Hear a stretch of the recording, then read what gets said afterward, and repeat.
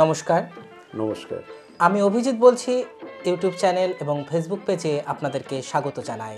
আজ আমরা এসে উপস্থিত হয়েছি যাত্রা জগতের কিংবদন্তি পালাকার মীরার বধুয়া, গঙ্গাপুত্র ভীষ্ম, সেই সমস্ত যাত্রাপালা খ্যাত সত্যপ্রকাশ দত্তের বাড়িতে।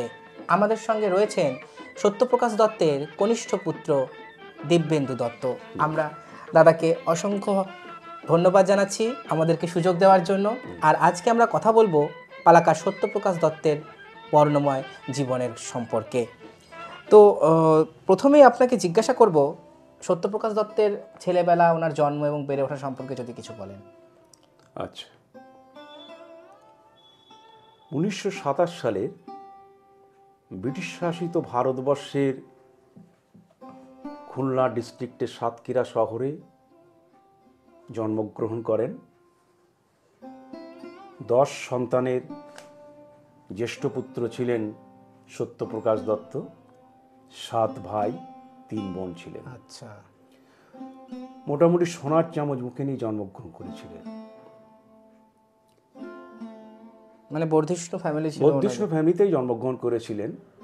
বাবার ঠাকুরদাদা রাজমোহন দত্ত ছিলেন সাতক্ষীরা শহরের 2 জন বড় ব্যবসায়ী, আচ্ছা, তার মধ্যে একজন।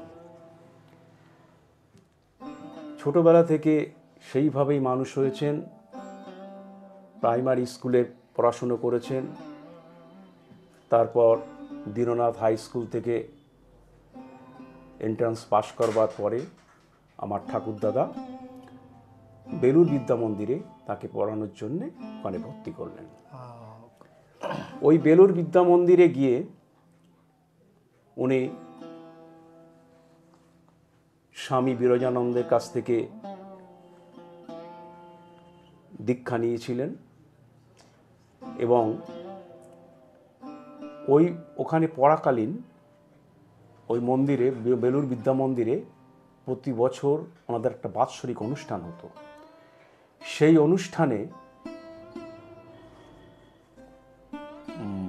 ক্ষীরোদপ্রসাদ বিদ্যাবিনোদের প্রতাপাদিত্য নাটকটি অভিনয় হয়েছিল। সর্বজন শ্রদ্ধেয় অভিনেতা নির্মলেন্দু লাহিড়ী সেই বইয়ের ডিরেকশনের জন্য এসেছিলেন। এসে বাবাকে প্রতাপাদিত্যের বইয়ের প্রতাপ চরিত্রের জন্য মনস্থ করেন এবং নাটকের দিন, যেদিন নাটক পরিবেশিত হয়েছিল, বাবা বলেছিলেন যে উনি যে কোনো কারণে উপস্থিত থাকতে পারেননি। প্রধান অতিথির আসন অলঙ্কিত করেছিলেন শ্যামাপ্রসাদ মুখোপাধ্যায়। এটা পড়েছি আমি। অভিনয় শেষে বাবাকে বুকে জড়িয়ে ধরেছিলেন শ্যামাপ্রসাদ মুখোপাধ্যায়। সত্যপ্রকাশ, তোমাকে আমি আশীর্বাদ করি, নটনাথ তোমার উপরে আশীর্বাদ করেছেন, যার জন্যে আজ তুমি এত সুন্দর অ্যাক্টিং করতে পেরেছ। মানে প্রথম জীবনে শ্যামাপ্রসাদ মুখোপাধ্যায়ের আশীর্বাদ পেয়ে ধন্য হয়েছেন। এরপরে উনি বলেছিলেন লেখাপড়া চালিয়ে যাও, তার সাথে এটাকেও ধরে রেখে। সে মানে পড়াশোনা কত অবধি করলেন উনি? এরপরে পড়াশুনোর ব্যাপারটা হচ্ছে, ওই পড়াশোনা চলাকালীন যখন পরীক্ষা এগিয়ে আসছে, টেস্ট পরীক্ষা হবে, সেই সময় বাবা দুরারোগ্য মেনিনজাইটিস রোগে আক্রান্ত হলেন। পরীক্ষা দিতে পারলেন না টেস্ট। এরপরে বাড়ি চলে এসেছিলেন। 1946 সালে কলকাতায় বিরাট রাইট দেখা দিল। তারপরে 1947 সালে দেশভাগ হলো, পাসপোর্ট প্রথা শুরু হয়ে গেল। সেখান থেকেই যেহেতু দুটো দেশ হয়ে গেল, লেখাপড়ায় সেখানেই ছেদ পড়ে গেল। লেখাপড়াটা ওই পর্যন্তই বাবা করেছেন। আর দেশভাগের পরে উনি তৎকালীন পূর্ব পাকিস্তানে শুরু করলেন। এরপর পাসপোর্ট তৈরি হলো। পাসপোর্ট করে ওই স্বাধীনতা ওই সময় পড়বে কি ওনার বিয়ে হয়ে গেছিল? বাবার বিয়েটা মনে হয় নাকি 54 সালে, 50 সালের পরে? 50 সালের পরে, 50 সালের পরে হয়েছিল। আচ্ছা। এরপরে বাবা 51 সালে পাসপোর্ট প্রথা বোধহয় চালু হলো, বাবা পাসপোর্ট করলেন, তখন ইন্ডিয়া পাকিস্তানে বাবা যাতায়াত করতেন। এই সময় বাবা বহু ভালো শিল্পীর অভিনয় দেখেছেন। শিশির কুমার দেখার একটা তখন থিয়েটার ওনার দেখা একটা বাবা খুবই ছিল। ছোটবেলা থেকেই, ছোটবেলা 13 বছর বয়স থেকে বাবা নাটক লেখালেখি করেন। পাশে শৌখিন সম্প্রদায় দরবার হল ছিল সাতক্ষীরা শহরে, সেখানে বড় বড় শিল্পীরা যারা ভালো অভিনয় করতেন তারা অভিনয় করতেন। তাই দেখে বাবার মনে হতো ছোটবেলা থেকে যে আমি অভিনয় করব এবং আমি নাটক লিখব।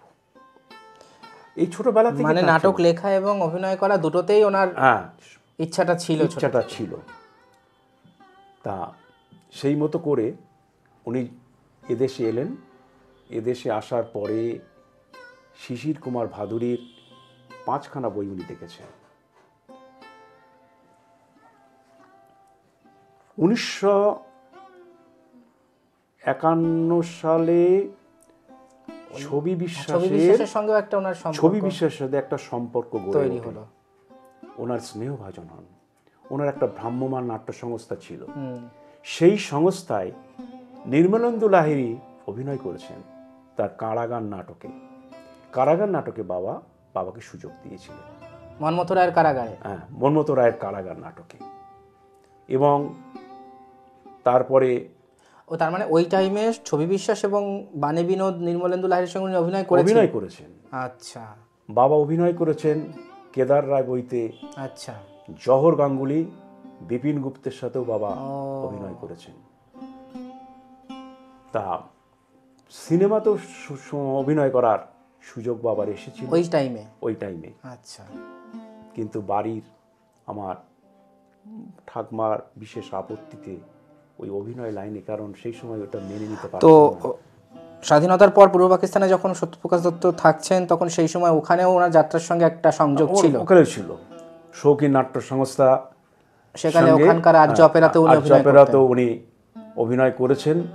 সেই সময়ের দু একটা নাটকের নাম কি? দু একখানা নাটকের নাম হচ্ছে, তার মধ্যে সাধক তুলসী দাস। আচ্ছা। আজকে যেমন এদেশে বাবার বিখ্যাত বই মীরার বধুয়া, গঙ্গাপুত্র বিশ্বের যেমন সুনাম চারিদিকে ছড়িয়ে গেছে, আজকের সেই প্রজন্মের মানুষ হয়তো বয়স হয়ে গেছে 70-75, কি তারা হয়তো কিছুটা মনে রাখবেন, তা আর বাকি তারা বলতে পারবেন যারা দেখেনি তাদের কাছে তো সেটা, হ্যাঁ, যে এবং তার শিল্পী ছিলেন বাবাই। সাধক তুলসী দাস ভয়ঙ্কর ভালো বই হয়েছিল। মায়া কঙ্কাল বাবা করেছিলেন নিজের লেখা, আনারকলি করেছিলেন, কৃষ্ণা কাবেরী করেছিলেন বাবারই লেখা। এই বইগুলো, এই 4খানা বই বাবার ওখানে হয়েছিল। এবং আর একটা বই হচ্ছে অগ্নিবাসর, যেটা আমাদের পরবর্তীকালে স্বপনবাবু করেছিলেন। এবং ওই বই থেকেই বাবার চিতপুরে জয়যাত্রা শুরু হলো, ওই বই থেকে। তারপরে বাবা করলেন, যখন পূর্ব পাকিস্তান ভাগ হয়ে গেল, আমাদের যে কোনো কারণে দাদু ওখানে থাকাটা নিরাপদ বলে মনে করছেন না। মানে ওই 50 দশকের শেষের দিকে সত্যপ্রকাশ দত্তের পরিবার চলে এলেন এখানে। চলে আসার পরে বাবাও চলে এলেন। কিন্তু এখানে তো বাবা আর কোনো কাজ জানেন না, লেখালেখি, নাটক, অভিনয় ছাড়া কিছু জানেন না, কিন্তু কাউকে চেনেন না উনি। কিন্তু পূর্ব পরিচিত বাবার কাছে ছিলেন মোহন চ্যাটার্জি, বসিরহাট। মোহন চ্যাটার্জির সঙ্গে ওনার পরিচয় ছিল। আর পৃথ্বীশ রায় ছিলেন, উনি মিউজিশিয়ান, ওনার সাথে যোগাযোগ ছিল বাবার।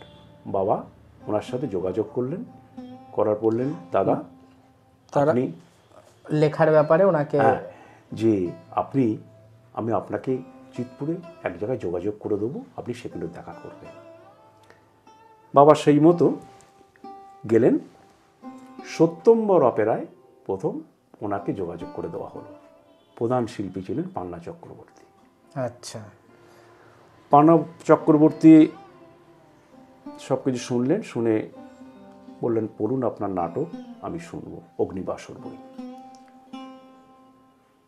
শুনলেন, শুনে বললেন যে সত্যবাবু, এবছরের নাটক তো আমাদের নেওয়া হয়ে গেছে, ঠিক আছে, আমাদের জানা থাকলো, আমি পরে আপনার সঙ্গে আলোচনা করব। কিন্তু বাবার সেই মুহূর্তে প্রয়োজন, এ নাটক বাবাকে অভিনয় করাতেই হবে, না হলে এই ভারতবর্ষের বুকে তিনি মাটি মানে কিছু পাচ্ছেন না আর কি, বুঝতে পেরেছি, যে তাকে কিছু একটা করতে হবে, সংকট হয়ে যাচ্ছে, অস্তিত্বের সংকট হয়ে যাচ্ছে।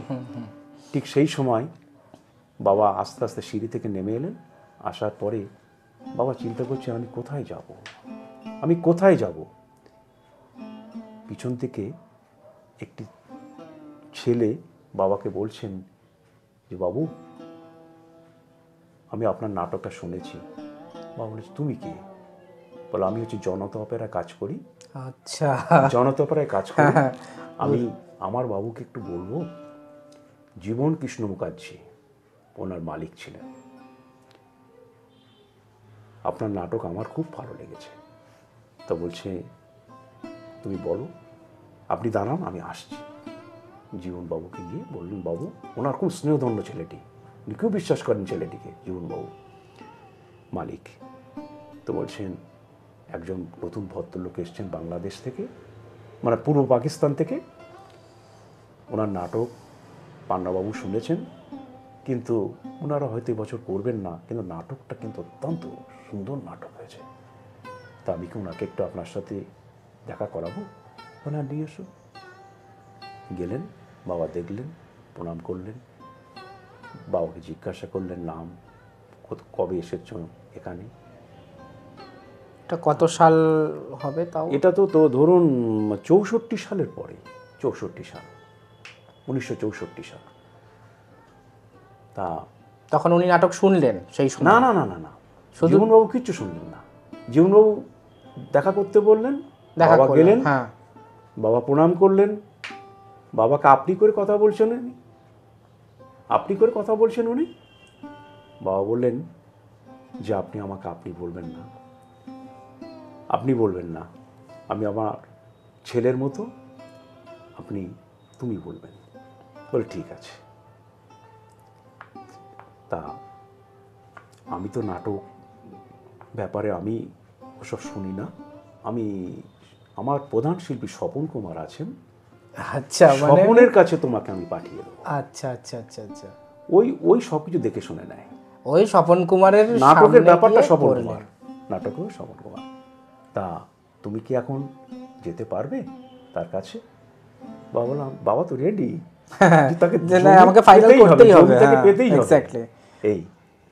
এইবার বাবাকে বললেন, আমি একটু স্বপন কুমারকে ফোন করি।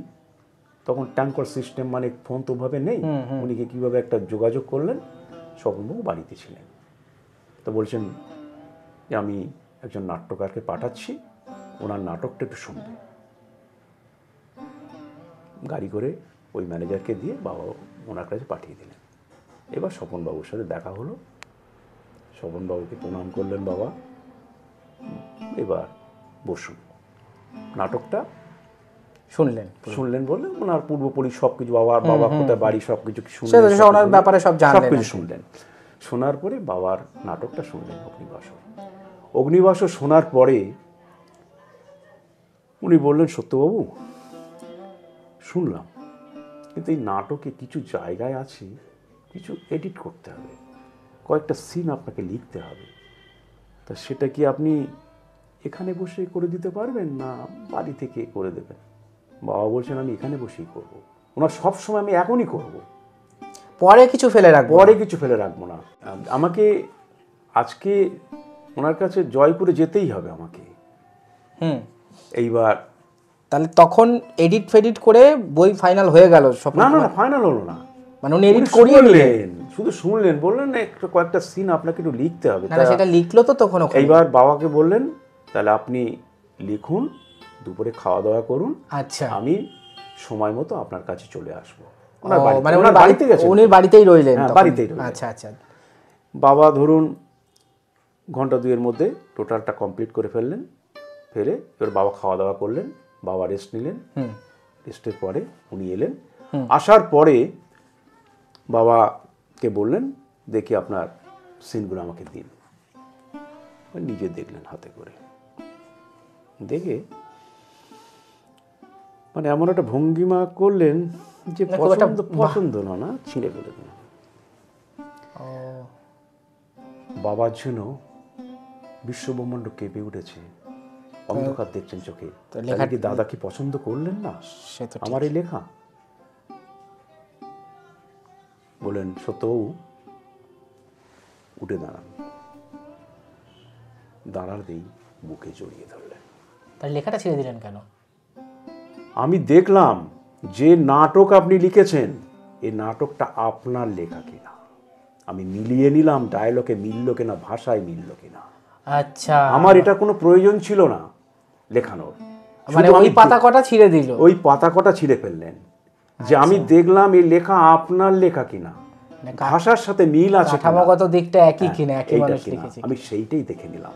কত দূরদর্শী হলে মানুষ এইটা ভেবে আর এ নাটক আমি করব, এবছরই করব।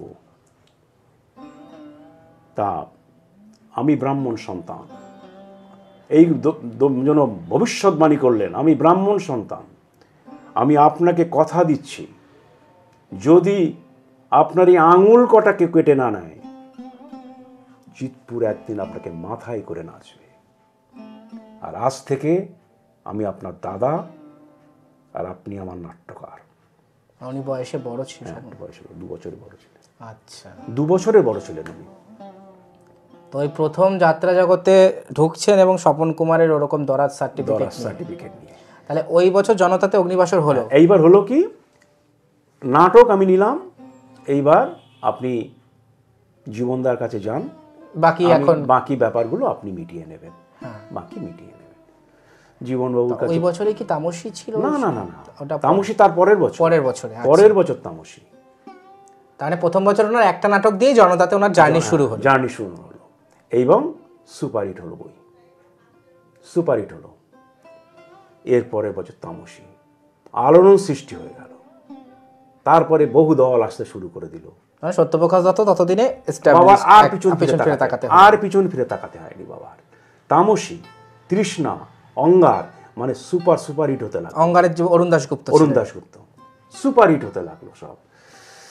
তা এরপরে উনি বহু দল, তখন তার বাবাকে পিছন ফিরে তাকাতে হচ্ছে না।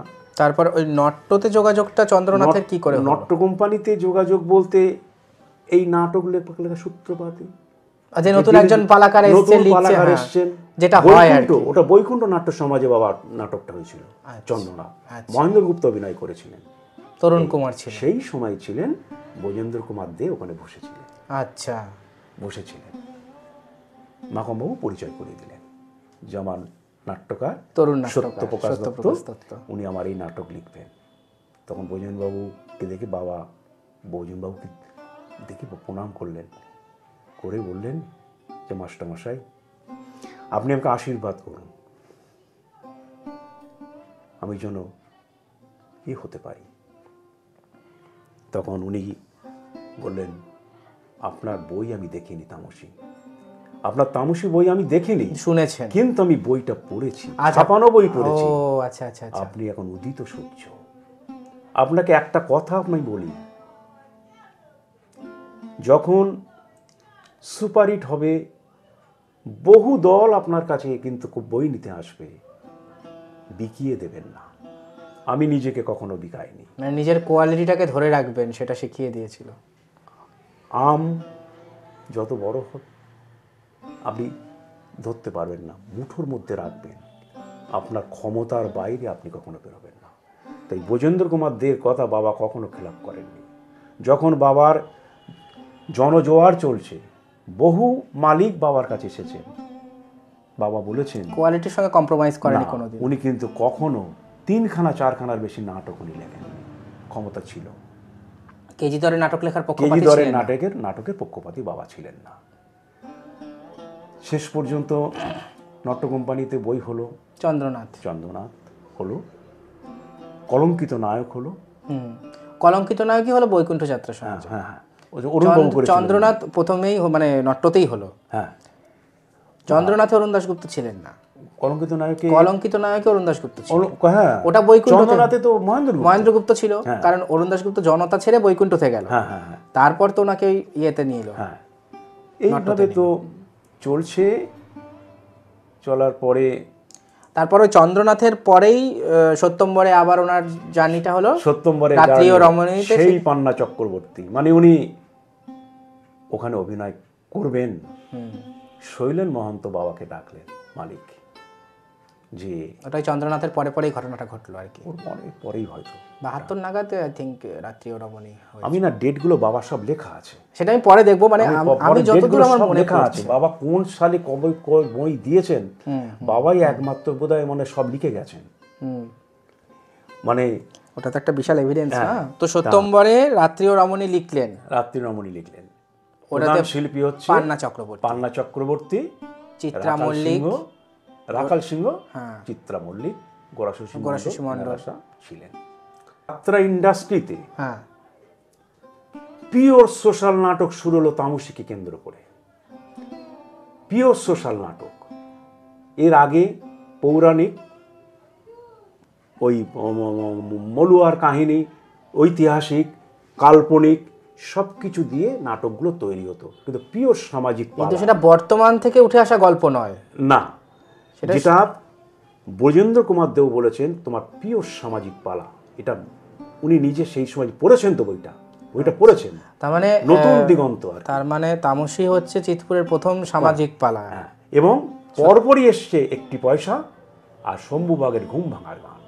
এই হচ্ছে চিৎপুর ইন্ডাস্ট্রির 3টে সামাজিক পালা, পরপর এসছে 3টে। ভৈরব গাঙ্গুলির একটি পয়সা, সত্যপ্রকাশ দত্তের হচ্ছে তামসী, আর শম্ভুবাগের ঘুম ভাঙার গান। এরপরে সামাজিক যে যাত্রাপালা জয়যাত্রা শুরু হলো। আজকে পরিবর্তন হয়ে অনেক কিছু হয়েছে।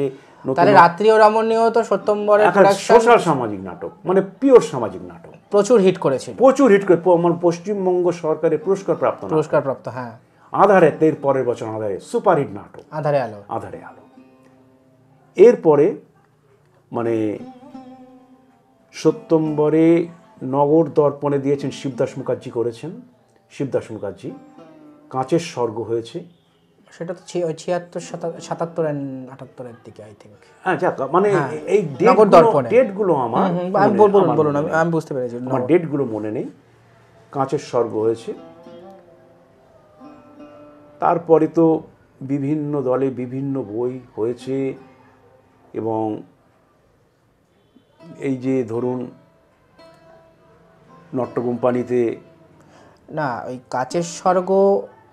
কাঁচের স্বর্গ বলছি, নগর দর্পণে হলো ওই বছর ধাত্রী পান্নাও ছিল ওই সঙ্গে।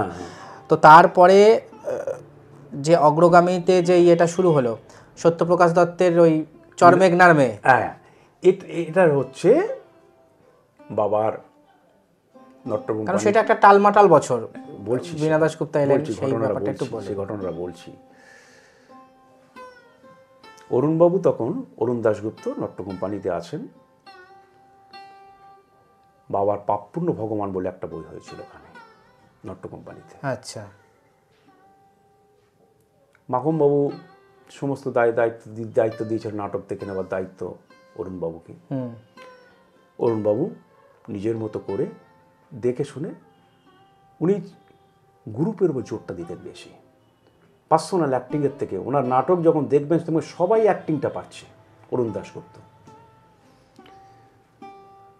তা সেই মতো করে উনি নাটক দেখে নিলেন।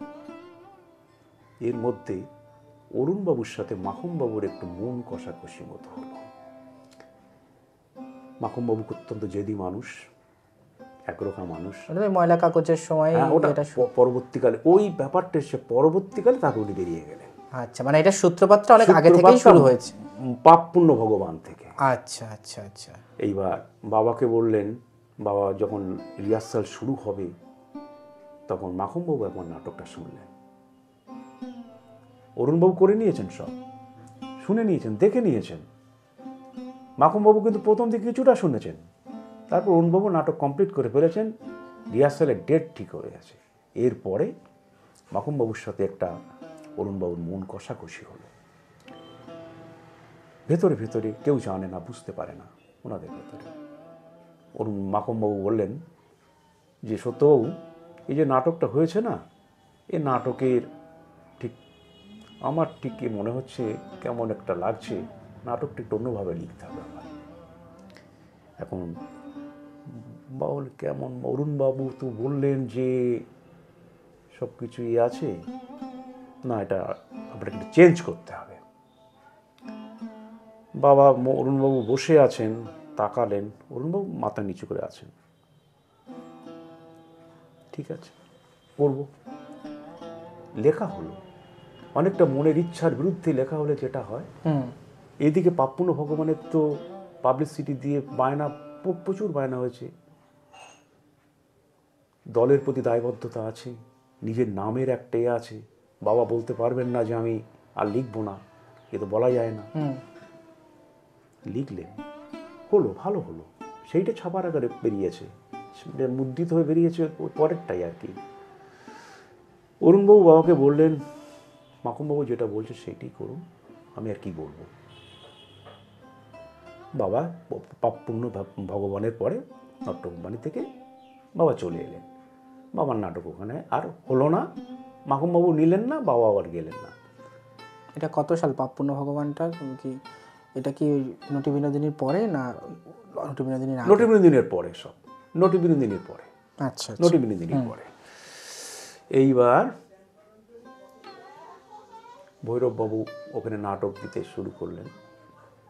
আমি যতটুকু শুনেছি, উনি যেটা বলেছেন, ময়লা কাগজ নিয়েই বোধহয় একটু মন কষাকষি। হ্যাঁ, সেটা তো আমি জানি, ময়লা কাগজ নিয়ে, ময়লা কাগজ নিয়েই ওনাদের অ্যাক্টিং ভৈরববাবুর সাথে হ্যাঁ একটু মন কষাকষি। এবং তার আগে বেলা সরকারের আশা নিয়ে বা বেলা সরকারের উত্থান নিয়ে ওনারা একটুখানি ইনসিকিউরিটিতেও ছিলেন, সেই সব ব্যাপার নিয়েই। হ্যাঁ, তো যখন ছাড়লেন তারপর কি অরুণ দাশগুপ্ত সত্যপ্রকাশ বাবুকে না ডাকলেন? অরুণ দাশগুপ্ত ওখানে অভিনয় করতে লাগলেন, নট্য কোম্পানিতে অভিনয় করতে। সেটা বলছি না, মানে ময়লা কাগজের ইয়ে থেকে তো ওরা ছেড়ে দিলেন দুজনা, অগ্রগামীতে চলে এলেন, এবং সেই বছরই হলো রঙ্গিনী চম্পাবতী আর চরমেঘনার মেয়ে। তো ওই আচ্ছা, এবার ওই ব্যাপারে হলো একটু মন কষাকষি হলো, বাবা চলে এলেন।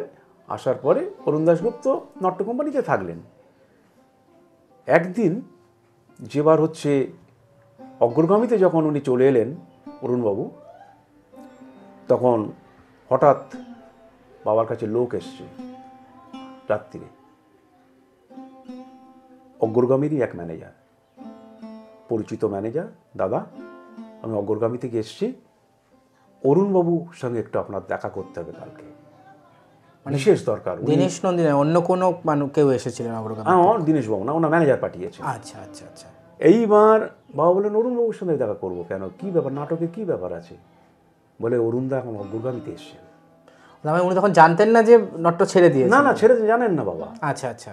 যে অগ্রগামীতে এসছেন, অগ্রগামীতে শেখরবাবু আছেন তো, আর আপনাদের বই তো আসামি হাজির বই, আনন্দবাবু লিখছেন। তো বলছে, হ্যাঁ শেখরবাবু চলে গেছেন, বদলাবদলি হয়ে গেছে, বদলাবদলি হয়েছে রাতারাতি বদল, মানে ব্যাপারটা ঘটে গেছে আর কি। সে বদলটা ঘটিয়েছেন প্রবোধ বন্ধু অধিকারী। হ্যাঁ, এইবার বাবা গেলেন, যাওয়ার পরে মনের কথা কিছু হলো, হবার পরে বললেন, সত্যবাবু আসামি হাজির বই করছি, আপনারও একটা বই থাকবে এবং আপনাকে এবছরই দিতে হবে, ওই বছরই। তা কি করা যায়? বীণা দাশগুপ্তকে কেন্দ্র করে, আপনি বীণাকে কেন্দ্র করে একটা চিন্তাভাবনা করুন, আমাকে বলুন, আমি সেই মতো আপনি লিখবেন চরমেঘনার মেয়ে। বই লেখা শেষ হলো, রিহার্সাল হবার ঠিক আগেই উনি বললেন যে, সত্যু এবছর আসামি হাজির বই মোটামুটি ভালোই হয়ে গেছে, তাতে এই বইটা মার খেয়ে যাবে, এই জন্য এবছর করবো না, ও বইটা সামনের বছর করবো। 79 সালে তখন ওই চরমেঘনার মেয়ে বইটা হয়েছিল। আচ্ছা। এইবার তারপরের বছর যখন বই বছরটা চলছে, সেই সময় আলোচনা হলো, সত্য বই ভালো হচ্ছে, কিন্তু ওনার মধ্যে একটা জেদ কাজ করছিল যে নট্য কোম্পানি ছেড়ে চলে এসেছি, নট্যকে দেখিয়ে দিতে হবে, নট্য কোম্পানি থেকে চলে এসেছি, আমি বাইরে বেরিয়ে কি করতে পারলাম, সেটাই কি করতে পারলাম। আমি একটা ঘরোয়ানায় ছিলাম। তখন বাবাকে বলছেন, সত্যবাবু আপনার সাথে যে ঘটনা ঘটেছে আমি সেদিন নীরব ছিলাম, সেই আমার খারাপ লেগেছে। তা আসুন কিভাবে কি করা যায় যাতে একটা সুপার কিছু করা যায়। তখন বললেন, দেখুন অরুণবাবু, সোশ্যাল নাটক দারুণ, বছর দারুণ যায়, দারুণ হয়েছে সবাই বলবে, কিন্তু মনে জায়গা করে মানে যে বছরের পর বছর মনে জায়গা করতে পারে না। ধরুন রামপ্রসাদ, অনেক দল অনেকভাবে অনেক রামপ্রসাদ করেছে। এক নাগারে চলেছে কয়েক বছর। নন্দবাবু, নন্দলাল রায়চৌধুরী, আপনার নটি বিনোদিনী, এই যে ভক্তিমূলক পালা, ঐতিহাসিক পালা যেভাবে মানুষের মনে জায়গা করে নেয়, সোশ্যাল নাটক দারুণ হয়, সব কিছুই ভালো, কিন্তু কিছুদিন পরে আস্তে আস্তে ফিকে হয়ে আসে। তা আপনি আমাকে বলে, আপনি তাহলে দেখুন ভক্তিমূলক পালা কি করা যায়। বীণা দাশগুপ্তকে, বীণাকে কেন্দ্র করে। তখন বাবা বললেন, আমাকে একটু চিন্তা করতে দিন, আমি চিন্তা করি, চিন্তা করে আপনাকে বলব। বাবা চিন্তা ভাবনা করে বললেন। পরবর্তীকালে যখন ওনার সঙ্গে দেখা করলেন, বলেন, আমি ঠিক করেছি অরুণবাবু, বীণাকে দিয়ে আমি মীরাবাই লিখব, ভক্তিমূলক। সেদিক থেকে দেখতে গেলে বীণা দাশগুপ্তার মানে ওনার আর আগের 10 বছরের কেরিয়ারে ওইটাই প্রথম ভক্তিমূলক চরিত্রে উনি অভিনয় করছেন মীরার বধূয়ার মধ্যে দিয়ে। এরপরে কিন্তু তারপরে বিষ্ণুপ্রিয়া করেছেন, সে তো সব ক্যারেক্টারই করেছে, যত ভক্তিমূলক ক্যারেক্টার মোটামুটি আছে।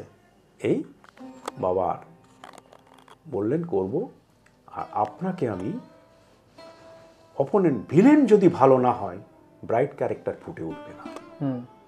আপনাকে আমি একটা মানে ওই যে কাপালিক রুদ্রদেব চরিত্রটাকে উনি ওখানে করলেন, অনেকটা হয়তো ঐতিহাসিক দিক দিয়ে ঠিক আছে কিনা, না ঐতিহাসিক দিক দিয়ে তার ওই চরিত্রের ভিত্তি অনেক নেই বলেই অনেকে মনে করেন চলে, কিন্তু বাবা ওটাকে বাস্তব করে তুলেছেন, ওটাকে যে রাজ পরিবারের কুলগুরু হিসেবে তাকে ওখানে অথেন্টিসিটি দান করেছেন। যেটা হচ্ছে বাবা বললেন, যেটা নাটকের একটা ব্যাপার আছে, শুধু যদি যে পয়েন্ট আছে ওই পয়েন্টের উপর বেস করে যদি নাটক লেখা, নাটক কখনো হিট করবে না, ওতে কল্পনা কিছু ঢোকাতে হয়, অ্যাড করতে হয়। সেই মতো করে নাটক লেখা হলো। অরুণবাবু বললেন, আমি সুরকার হিসাবে আমি দুর্গাবাবুকেই নেব, দুর্গা সেন। দীনেশবাবু সমস্ত নাটকের দায়িত্ব দিয়ে দিয়েছেন অরুণ দাশগুপ্তের ওপরে। বলে, দাদা আমি আছি আপনার পিছনে, শুধু অর্থ যোগান দেব, ব্যাকআপ দিয়ে যাব, আমি দিয়ে যাব, আর আপনি সব কিছু করবেন, সত্যদা আর আপনি মিলে দুজনেই সব কিছু করবেন। এরপরেই তো মহাজ্যোতি সদনে উদ্বোধন হলো, ইতিহাস তৈরি হলো। মানে প্রথম শো থেকেই একেবারে প্রথম শো থেকেই বাম্পার নাম ছড়িয়ে গেল। এই পরের বছর সতীশ নন্দী আবার অ্যাপিয়ার বাড়িতে, মীরার বধূয়ার ইয়ে রেখে 81-তে, মানে মাখনবাবু পাঠিয়েছেন। তখন ভৈরববাবু নাটক চলছে ওখানে, ঐতিহাসিক বই ক্ষুদিত হারেম, দেবী সুলতান, এসবগুলো চলছে, বেলা দিকে আছেন, শেখরবাবু আছেন।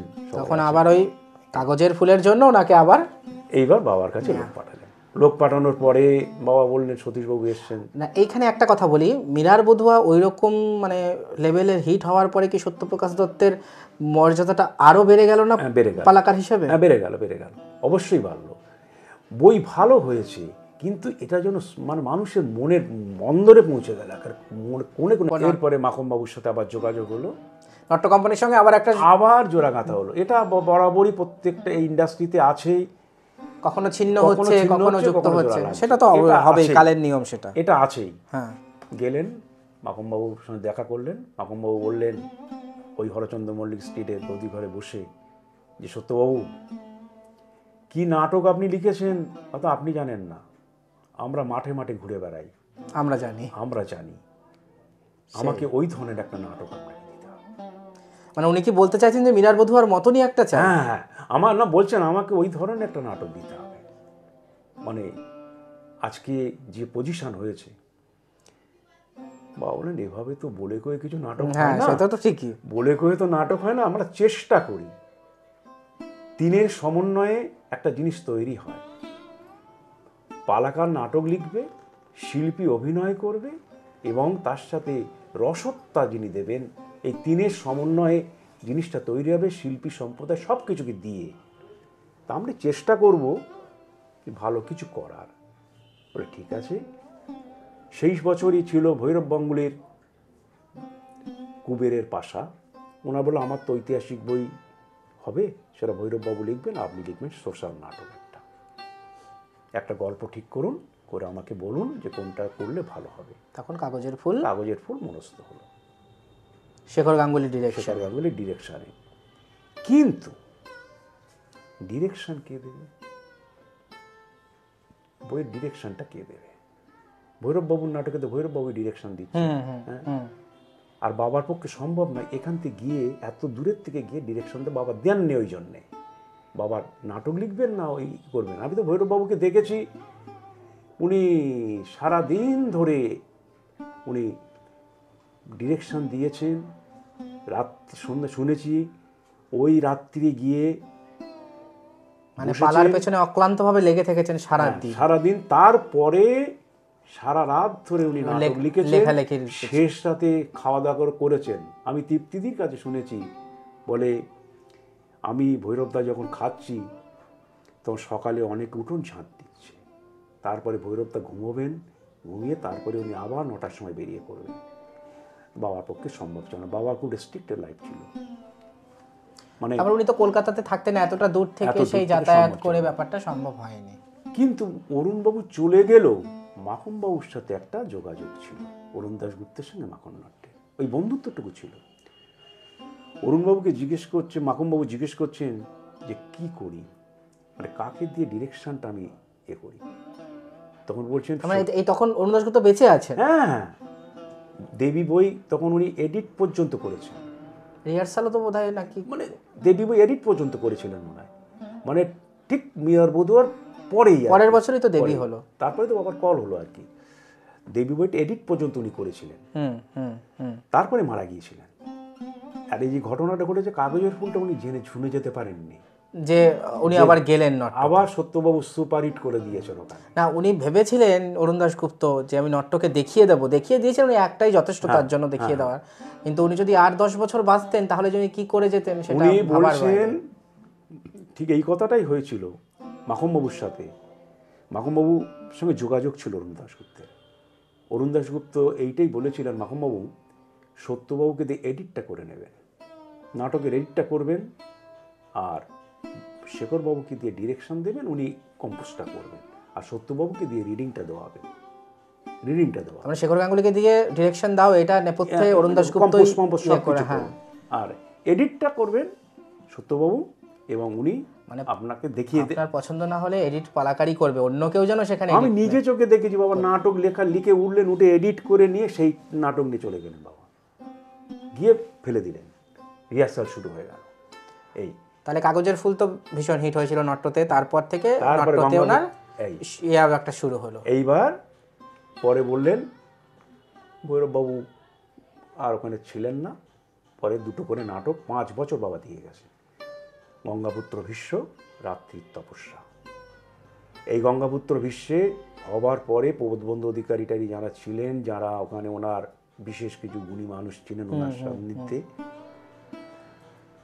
তাপস সেন আলোয় এসছিলেন, মানবেন্দ্রবাবু এসছিলেন।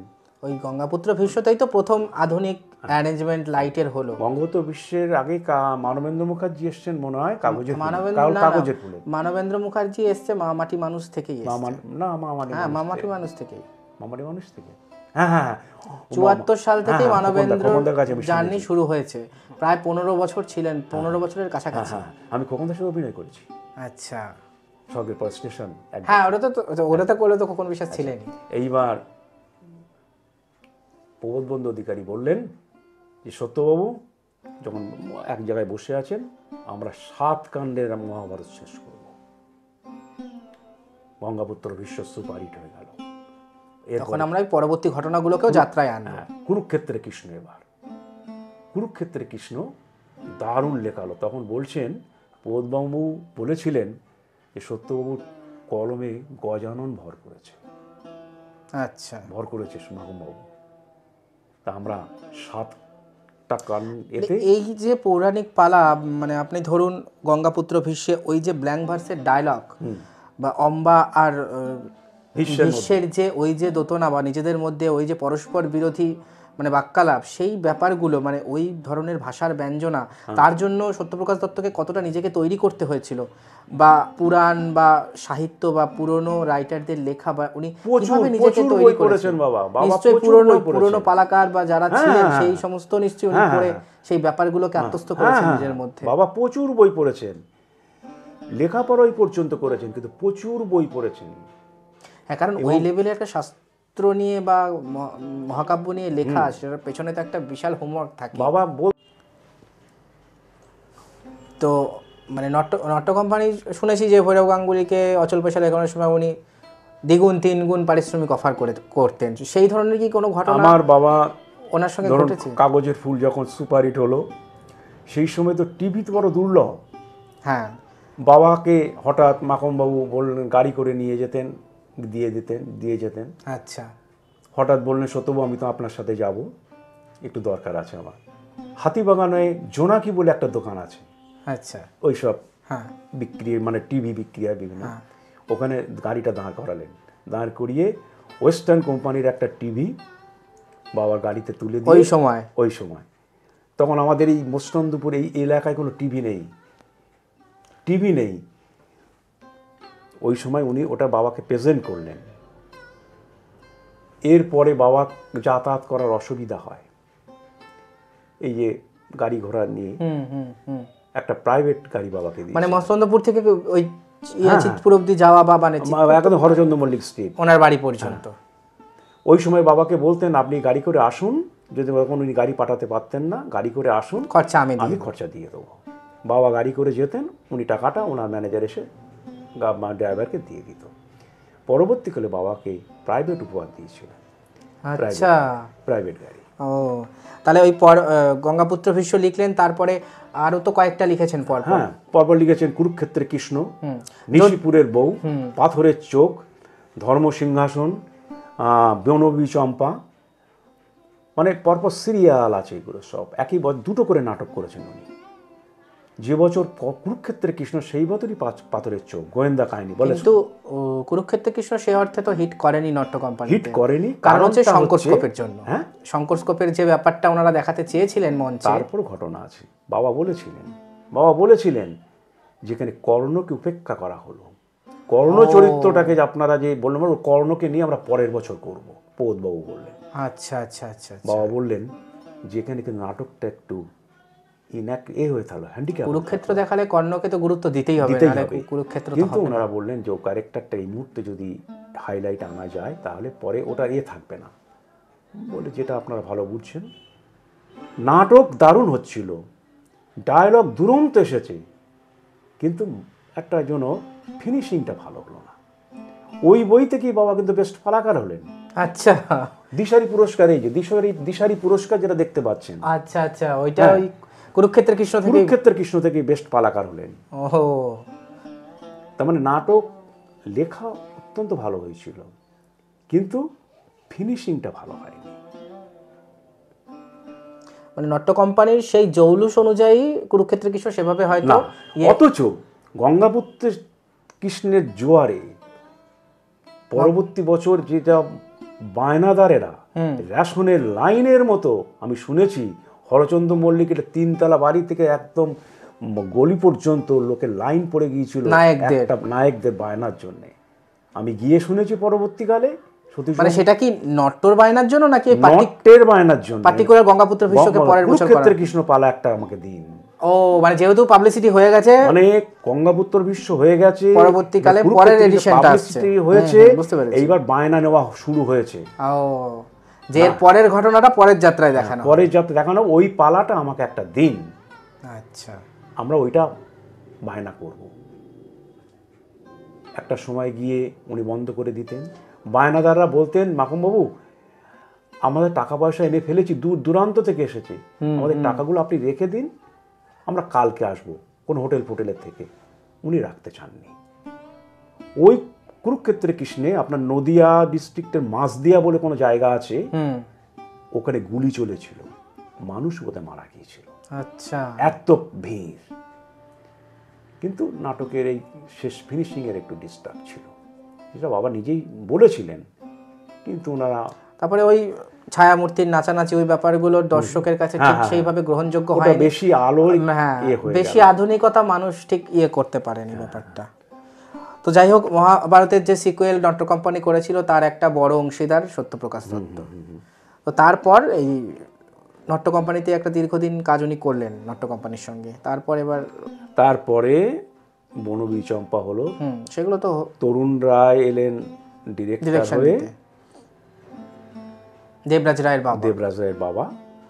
তরুণবাবু একটাই বলতেন, তরুণ রায়, যে সত্যপ্রকাশ বাবু ওই শেখানো পড়ানো আপনি করবেন, কম্পোস্ট আমি করব, স্ট্রাকচারাল ব্যাপারটা আমি শুধু আমি করব, আপনি শিল্পীদের একটু শেখানো পড়ানোটা আপনাকে করতে হবে। আচ্ছা, আমি দেখেছি বাবাকে দিনের পর দিন যেতে, নাট্য কোম্পানি রিহার্সালটা হতো বহুদিন ধরে, এবং যা কেউ কল্পনা করতে পারে না, নাট্য কোম্পানি কলা মন্দির 3 মাস ভাড়া করে, সেটা আমি জানি, মহাজাতি সদন ভাড়া করে, স্টার থিয়েটার ভাড়া করে।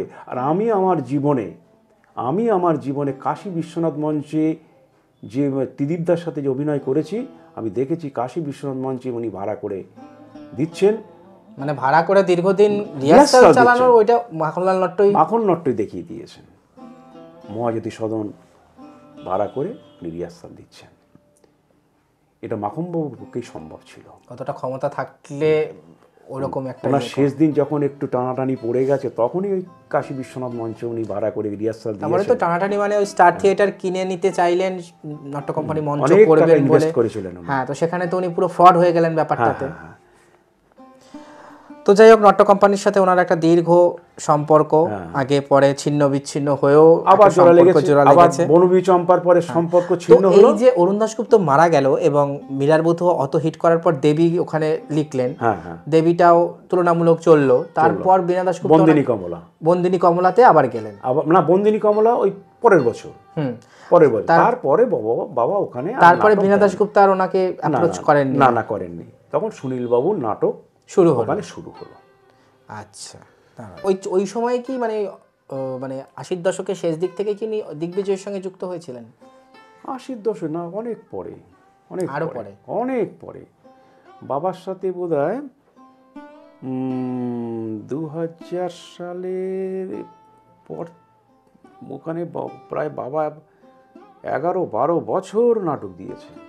আচ্ছা, ঠিক আছে, দিগ্বিজয়ের কথাটায় পরে আসি। তার আগে এবার উত্তম কুমারের বেশ কিছু চলচ্চিত্র পালারূপ স্বপন কুমার যেগুলো করেছিলেন, তার বেশ কয়েকটা পালারূপ দিয়েছে সত্যপ্রকাশ দত্ত।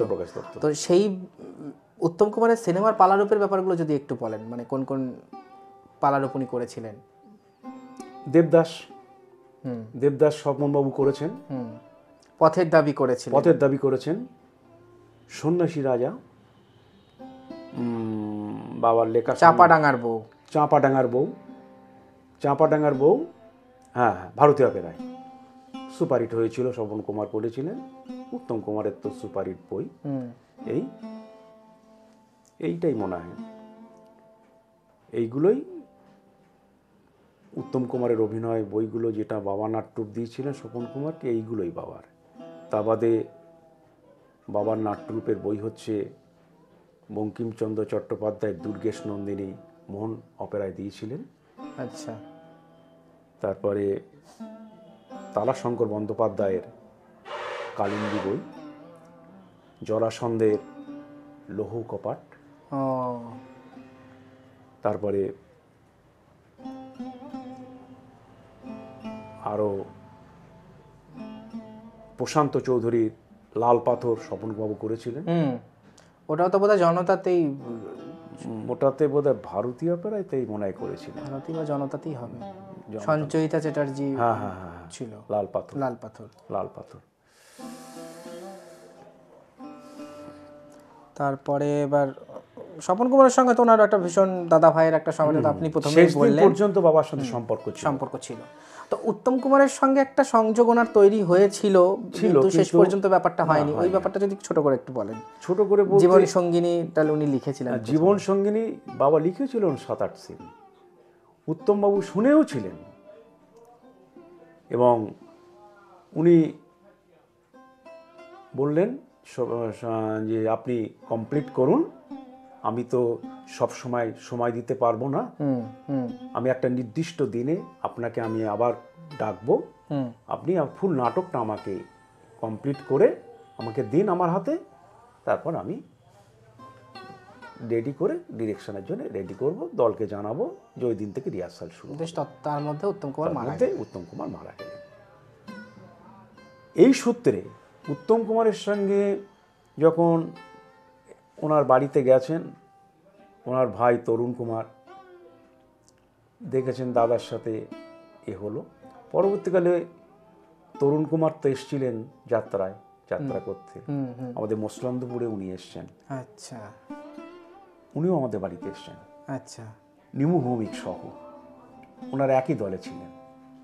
যে দাদা আমি তো এসছি, তা আজকে তো আপনার এই দেশে এলাম, তা আপনি তো আমার যাত্রা দেখতে আসবেন তো? আচ্ছা, বাবার তেমন ইচ্ছা ছিল না, তরুণ কুমারের বলাতে বাবা গেলেন আর কি। সেই এই আর তো তারপরে ভানু বন্দ্যোপাধ্যায়ের সঙ্গেও তো ওনার একটা ছিল, মানে সুশীল নাট্য কোম্পানিতে উনি গোপাল ভাঁড় বোধহয় লিখেছিলেন। না, গোপাল ভাঁড় বাবার লেখা না, মানে অন্য কোন নাট্যকার, আমার নাট্যকারের কথা মনে নেই, কিন্তু ভানু বন্দ্যোপাধ্যায় আমাদের বাড়িতে এসছেন, বাবাকে নিয়েও মামলাকে সাথে করে যাত্রা দেখাতেও নিয়ে গেছেন, মানে ব্যক্তিগত সম্পর্ক ছিল। আচ্ছা, আচ্ছা। আর মুনমুন সেনকে দিয়েছিলেন বাবা কার্তিক সামন্তর দলে সুন্দরবনের রূপসী। আচ্ছা, তো এবার কার্তিক সামন্তর কথা যখন এলো, দিগ্বিজয় অপেরার কথাটা একটু বলুন, যে ওই দলে কি কি দীর্ঘদিন পালা লিখেছেন বাবা ওই দলে, যখন এবং বিভিন্ন মানে টপ বক্স আর্টিস্ট সেখানে অভিনয় করেছেন ওখানে। উনি ওই দলে তখন নাটক লিখেছেন, ভৈরব গঙ্গোপাধ্যায় লিখেছেন, অসুর নিধন যজ্ঞচোম, আমি শুনেছি, মানে দেখেছি আর কি, দেখেছি উনি লিখেছেন। সুনীল বাবুরও নাটক ছিল। পরবর্তীকালে বাবা ওখানে গেলেন, কার্তিকবাবু নিয়ে গেলেন। এর আগের একটা কথা হচ্ছে, আচ্ছা, ছেঁড়া জীবন নাটক ওনার দিগ্বিজয় অপেরায় হয়েছিল, অশোক কুমার তখন অভিনেতা ছিলেন। সেই নাটকটা যেভাবেই হোক, মানে মোটামুটি হয়েছিল আর কি, পরবর্তীকালে বাবার সাথে আবার সম্পর্ক ছেদ হলো কার্তিক সামন্ত। এরপরে যখন এইসব অন্যান্য পরে যেটা হয় আর কি, সুপার হিট হচ্ছে এখানে ওখানে, কার্তিকবাবু আবার নতুন করে যোগাযোগ ডাকলেন। তখন এইবার আমার সাথে দেখা কার্তিকদার শোভাবাজারের কমলা হোটেলে। আমিও খেয়ে বেরোচ্ছি, কার্তিকদার ঢুকছেন, আমাকে উনি চিনতেন আর কি, বাড়িতে এসছেন তো এর আগে। তখন বলছেন, আমি তোমার বাবার কাছ থেকে আবার নাটক নিচ্ছি, দেখি এবার আমাদের লাখ টালি করে কিনা। আচ্ছা, এবার দেখি আমাদের লাখ টালিটা করে কিনা। আমি একটু মিচকি হাসলাম, হেসে আমি তখন নাট্য কোম্পানিতে করছি আর কি। কলকির হাতে কলিবত, রাখাল সিংহের ছবি। হ্যাঁ, এটা আমার কাছেও রয়েছে। হ্যাঁ, তা তো ওই কলকির হাতে কলিবত দিয়ে কি ওনার দিগ্বিজয়টা আবার ইয়েটা শুরু হচ্ছে, টানা 11 থেকে 12 বছর। তারপরে আর কি দিগ্বিজয় অপেরাতে কলকির হাতে কলিবদের পরে? কলকির হাতে কলিবদের আমার একটু দেখে বলতে পারেন, আপনি যে কোটা মনে পড়বে, তারপরে আমি তো লিস্টটা ওখানে দিয়ে দেবো। কলকির হাতে কলিবদ, কুরুক্ষেত্রে কাঁধে দুর্যোধন, তারপরে রামায়ণের বিদ্রোহী বধূ, ভক্তের ডাকে ভগবান কাঁদে, বিশ্বামিত্র, তারপরে দানব রক্তে মাতৃপূজা, ঠিক মনে করতে পারছি না, বুঝলেন। এর মধ্যে তিনজন মেন বক্স আর্টিস্ট তো ছিলেনই, শেখর গাঙ্গুলি, পান্না চক্রবর্তী এবং রাখাল সিংহ, তারা অভিনয় করেছেন। এনারা আর এই যে উনি যখন দিগ্বিজয়তে লিখছেন, এই সময় কি প্রপার সাইক্লোরোমা একদম দিগ্বিজয়তে চলছে? পুরো সাইক্লোরোমা চলছে, মানে এইগুলো প্রোডাকশন সব সাইক্লোরোমাতেই হয়েছে? না না, প্রোডাকশন এর সাইক্লোরোমার একটা ব্যাপার আছে, আসলে একটা মেন স্টেজ থাকতো, আনুষঙ্গিক তিনটে, আর তিনখানা থাকতো পিছন দিকে। আচ্ছা, যে জিনিসগুলো সাধারণ যাত্রাতে, পৌরাণিক যাত্রাতে রথে করে চলে গেল, এই যে ফ্ল্যাশব্যাক গুলো ওইদিকে, ওই ফ্ল্যাশব্যাকে তখন ওই স্টেজের লাইটটা অফ হয়ে যেত, তখন ওইদিকে ওইটা দেখা হতো। কারণ আমি যখন করেছি, চৈতন্যদেব যখন লীন হয়ে গেলেন ওই সাইক্লোরোমার উপরে দেখা হতো, ওই এতে করে টেনে নিয়ে যেত, মনে হচ্ছে দূর থেকে মনে হতো আলোয় উনি জলে মিশে গেলেন। আপনি আপনার মানে স্বল্প অভিনয় জীবনে যাত্রাতেও আপনি সাইক্লোরোমার একটা অংশীদার আপনি ছিলেন, সাইক্লোরোমা প্রোডাকশনে আপনি অভিনয় করেছেন। তো দর্শকের মধ্যে সাইক্লোরোমার এফেক্টটা কতটা ছিল, মানে দর্শক কিভাবে জিনিসটার সঙ্গে মিশে যেত? দারুণভাবে নিত, আমি বলছি দারুণভাবে নিত। দূর থেকে মনে হতো যে এদিকে অভিনয় দেখছে আর এদিকে মানে অবাক বিস্ময়ে তাকিয়ে থাকতো। আমি বহু মানুষকে জিজ্ঞাসা করেছি যে, মানে অনেক মানুষের এটা বক্তব্য যে সাইক্লোরোমা যাত্রাকে ধ্বংস করে দিয়েছে, আপনার কি সেটা মনে হয়? না না না, করেনি। নতুন আঙ্গিক, নতুন জিনিস মানুষ চায়। আজকে তাহলে তো অনেক কিছু ধ্বংস হয়ে যাচ্ছে। না মানে তখন ওই আলোর কারসাজির সঙ্গে সমান তালে অভিনয়টাও তো বজায় ছিল। 3 ঘন্টার নাটকই ছিল ওটা, সেটাই। নাহলে এত বড় বড় শিল্পী অভিনয় করে, সেটা তো একদম ঠিকই, কিছুই না, নষ্ট কিছুই হয়নি। তাহলে দিগ্বিজয়ীতে দীর্ঘদিন উনি পালা লিখলেন, কার্তিক সামন্তের সঙ্গে ওনার একটা বিশাল সম্পর্ক ছিল। তো এইবার শেষের দিকে দিগ্বিজয়ীর পরে 2000 সালের পরে আর কোন কোন দলে তেমন দিগ্বিজয়ী ছাড়া অন্যান্য দল? ওই তারপরে শিল্পীদের তো আগেই হয়েছে। সীতা বিসর্জন, দুলেন্দ্র ভৌমিকের কাহিনী অবলম্বনে তাপস কুমার সন্ধ্যা রায়, সুপার দত্ত ছাড়ার পরে, হ্যাঁ, সুপারহিট বই সীতা বিসর্জন। 3 কিলোমিটার 4 কিলোমিটার অন্তর অন্তর নাটকটা হয়েছে, এত সুপারহিট নাটক। মানে পাড়ায় পাড়ায় দেখেছে। আমাদের এখানে মসলন্দপুরে হয়েছে, চারঘাটে হয়েছে, সামনে 4 কিলোমিটার দূরে হয়েছে। তখন তাপস কুমার সন্ধ্যা রায় মানে ফাটাফাটি ব্যাপার। এবং বাবা একটা কথা বলেছেন যে গঙ্গাপুত্র ভীষ্ম হয়েছিল নট্য কোম্পানিতে, আর কুরুক্ষেত্রের কাঁধে দুর্যোধনে সন্ধ্যা রায় ছিলেন। আচ্ছা, ওই ক্যারেক্টার আবার অম্বাকে টেনে আনা হয়েছিল। বাবা অসাধারণ অভিনয় করেছিল সন্ধ্যা রায়, অম্বার ক্যারেক্টার। বলে বেলা সরকার তো ভালোই করেছে, এও কমতে যায়নি। বেলাদি তো অসাধারণ অভিনয় করেছিলেন, তো ভাবাই যায় না, কোনো ভাবার কোনো কথাই না। কিন্তু সন্ধ্যা রায় দারুণ করেছিলেন। তা অভিনেত্রীর প্রসঙ্গ যখন এলো, তো উনি জ্যোৎস্না দত্তের কোনো নাটক হয়তো উনি লিখেছেন কি? সত্যপ্রকাশ দত্ত, জ্যোৎস্না দত্তের কোনো যাত্রা, মানে যাতে জ্যোৎস্না দত্ত অভিনয় করেছে, সেরকম আমি মনে করতে পারছি না। বাবা ওদের দিয়েছেন কি ঠিক খেয়াল করতে পারছি না, দেখতে হবে লিস্টটাতে, লিস্টটা দেখতে হবে।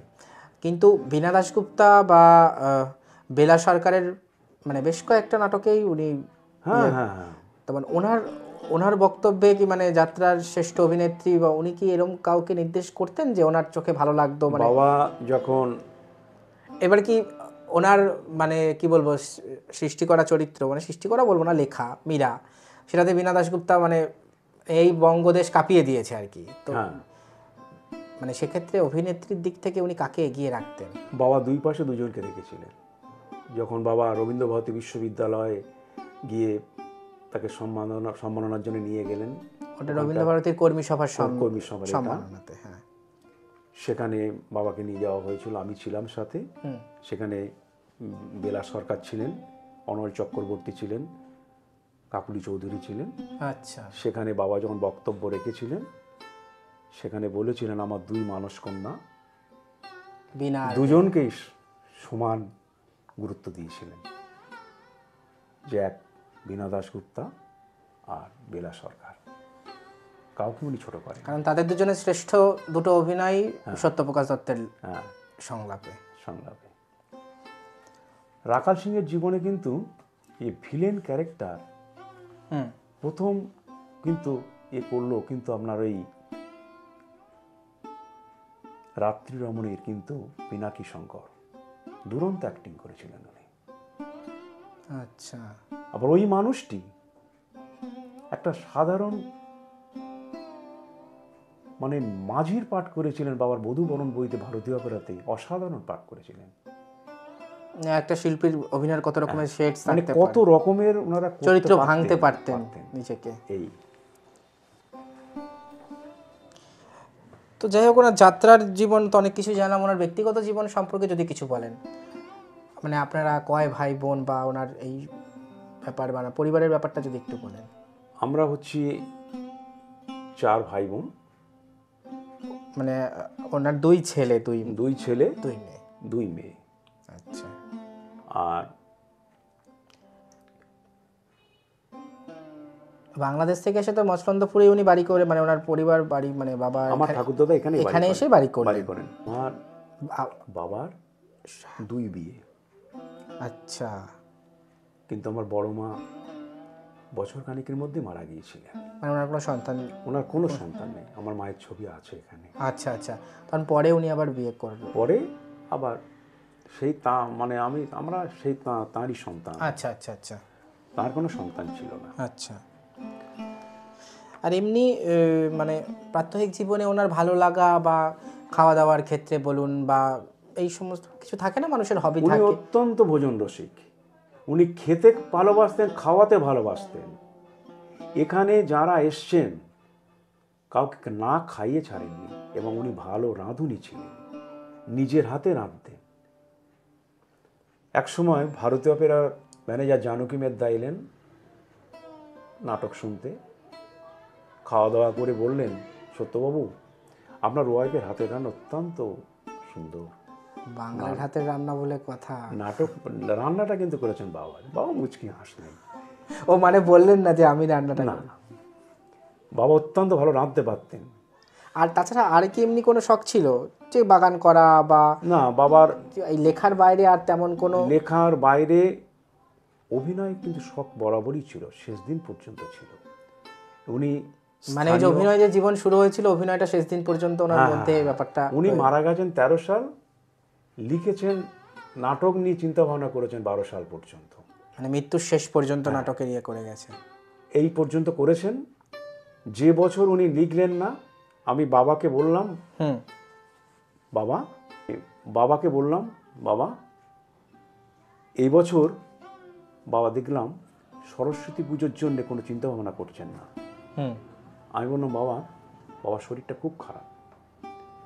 আমি করলাম কি যে পুজো করব, মানে মনে হচ্ছে বাবার শরীর ভালো লাগছে না, করবো।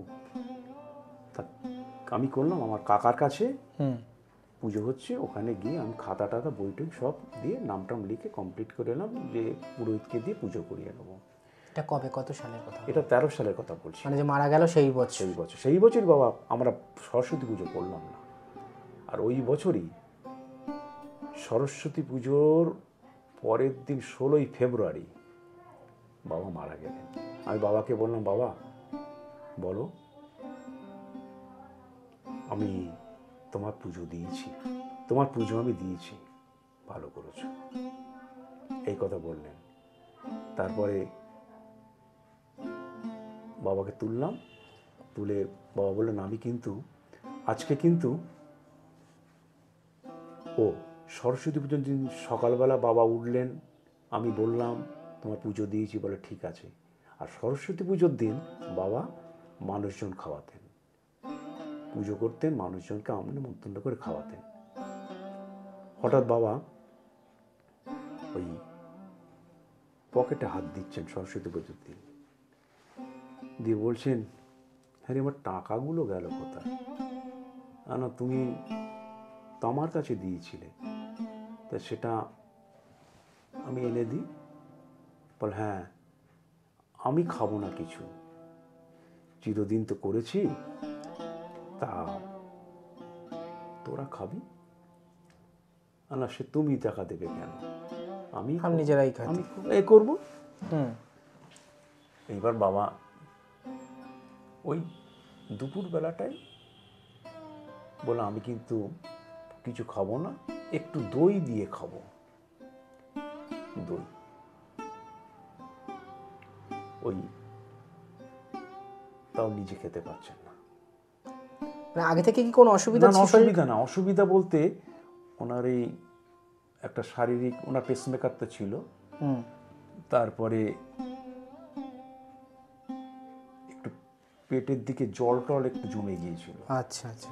জল জমে গিয়েছিল, মানে শারীরিক একটু অসুবিধে দেখা দিচ্ছিল, যে জন্যে আর ঠিক মৃত্যুর বছরখানিক আগে ছোট্ট একটা ব্রেন স্ট্রোক হয়েছিল, যে জন্যে লেখাটা হারিয়ে গিয়েছিল, বাবা কথাই বলতে পারতেন না। হঠাৎ একদিন যেটা দেখলাম মৃত্যুর 1-1.5 বছর আগে, যে বাবা খুব স্পিডে বেরিয়ে যাচ্ছেন বাথরুমের দিকে। কি হলো, এরম তো করেন না, সকালে উঠে এসেই সব কিছু ফেলে ঠেলে দিয়ে মানে কোনো রকম বিছানায় বসে পড়লেন। বসে পড়ে মানে অসংলগ্ন বকছেন আর কি। তখনই স্ট্রোকটা আর কি, স্ট্রোকটা হয়ে গেছে ঠিক সকালের দিকে, ছোট্ট করে। আমি বলছি বাবা তো আবার আমাদের সঙ্গে রসিকতাও করেন, একটু রসিক লোক ছিল, তা এটা রসিকতার অঙ্গ। রসিকতা করছেন কিনা, তুমি কি বলছো বলো, আমি তো বুঝতে পারছি না। না না না না, কি বলছো তুমি, আঙ্গিক করছে। ব্যাপারটা তো ভালো না, এরম করছেন কেন? আমি তখন আমার ছোট কাকাকে ডাকলাম, কাকা একটু এসো তো, বাবা মুখে কথা বলছেন অসংলগ্ন ভাষা, এরম বলছেন কেন? বলে বড়দা তোমার কি অসুবিধা হচ্ছে কি? না মানে কথা ঠিক বেরোচ্ছে, জড়িয়ে গেছে কথা। তখনই বুঝলাম বাবার শরীর খারাপ হয়েছে। তার কিছুদিন পরেই মারা গেল। না না না, তারপর আবার বাবাকে সুস্থ করা হয়েছিল, সবকিছু করা হয়েছিল, যেহেতু অল্পের উপর দিয়ে গেছে তাই সার্ভাইভ করে গেছেন। আবার মেমারিটা মানে মোটামুটি ফিরে এসেছিল, কথাবার্তা সব। বাবা নিজের নাম সই করতে পারছেন ওই সময়টাতে।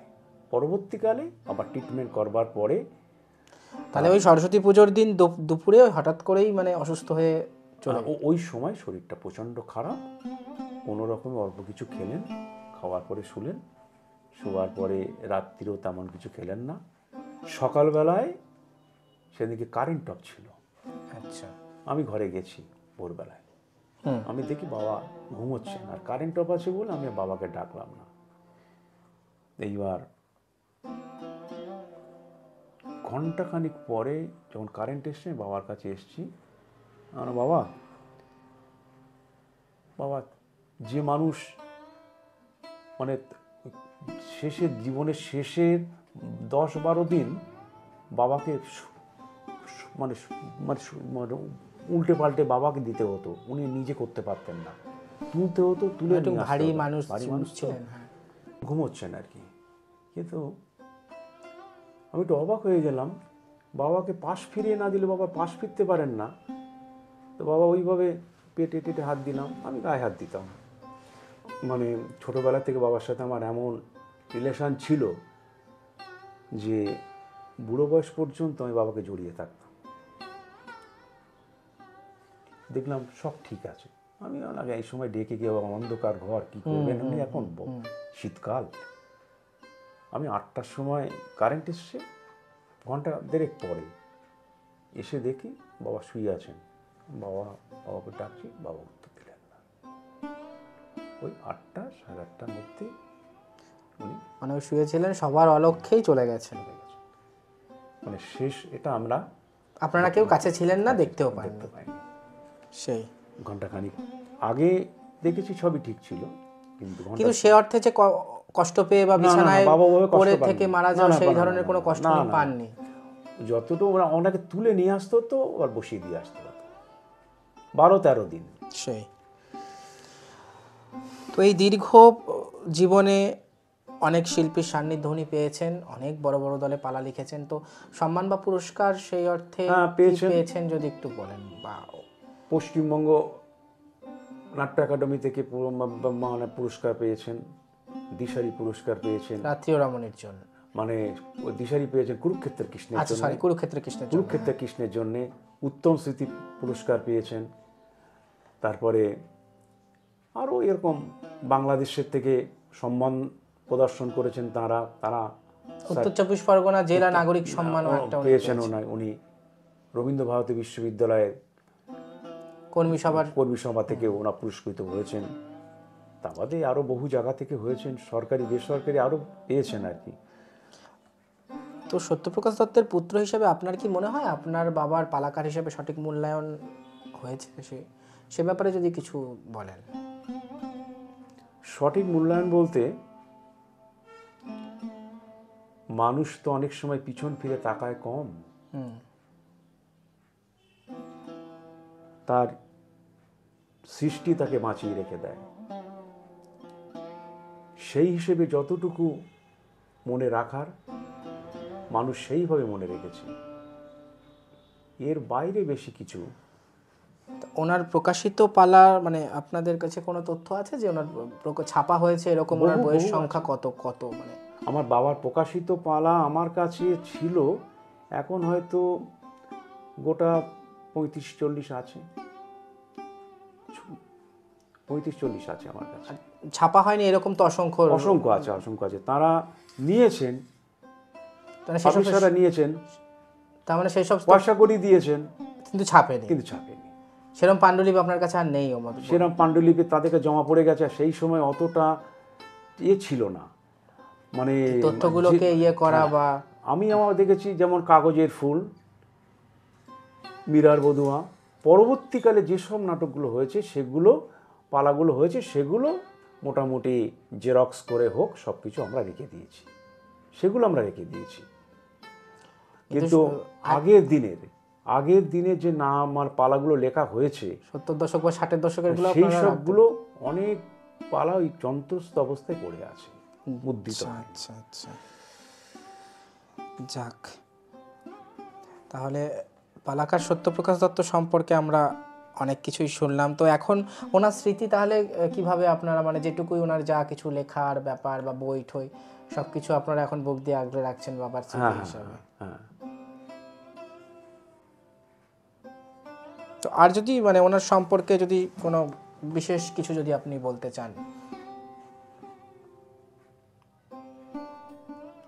কোনো বিশেষ ঘটনা বা কিছু যদি আপনার বলার থাকে। শুনুন,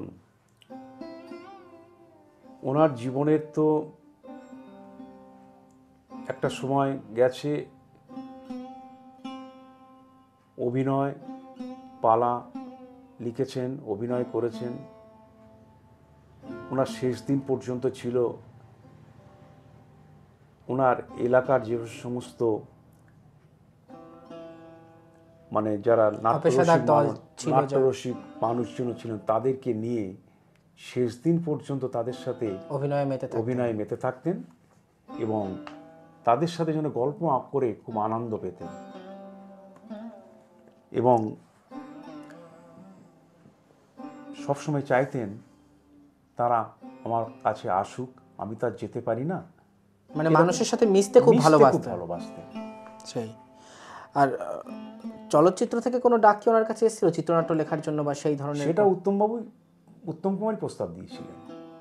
যদি আমি যে নাটক করব সেই নাটক সত্যবাবু যদি সাকসেসফুল হয়, আমি আপনাকে উত্তম কুমার কথা দিচ্ছি, আমার সিনেমা আমি ওই বই পরিচয় সিনেমায় গল্পটা নিয়ে সিনেমা করব।